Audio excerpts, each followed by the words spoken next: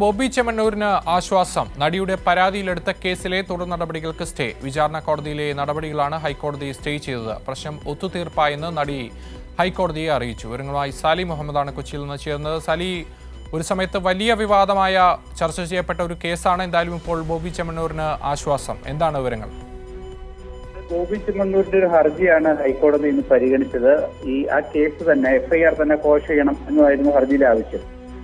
സ്വാഭാവികമായി എതിർകക്ഷിയുടെ നിലപാട് തേടി. അപ്പോൾ എതിർകക്ഷിയായിരുന്നു നടി ഒരു സത്യവാങ്മൂലം സമർപ്പിച്ചു. ആ സത്യവാങ്മൂലത്തിൽ പറയുന്നത് തങ്ങൾ തമ്മിലുള്ള തർക്കവും പ്രശ്നങ്ങളും ഒത്തുതീർപ്പായിട്ടുണ്ട് എന്ന വിവരം കോടതിയെ അറിയിക്കുകയും ചെയ്തു നടി.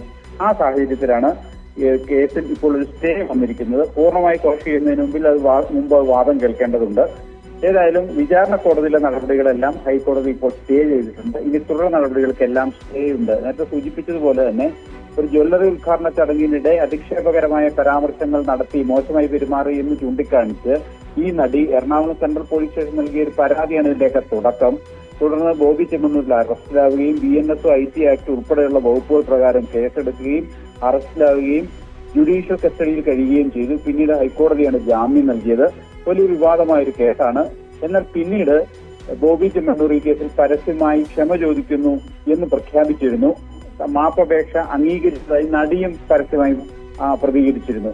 അതിനെ തുടർന്നാണ് ഇപ്പോൾ കോടതിയിലും സമാനമായ നിലപാട് നടി സ്വീകരിച്ചത്. തങ്ങൾ തമ്മിലുള്ള പ്രശ്നങ്ങൾ ശരി സാലി, എന്തായാലും ബോബി ചെമ്മണ്ണൂരിന് ആശ്വാസമാണ്.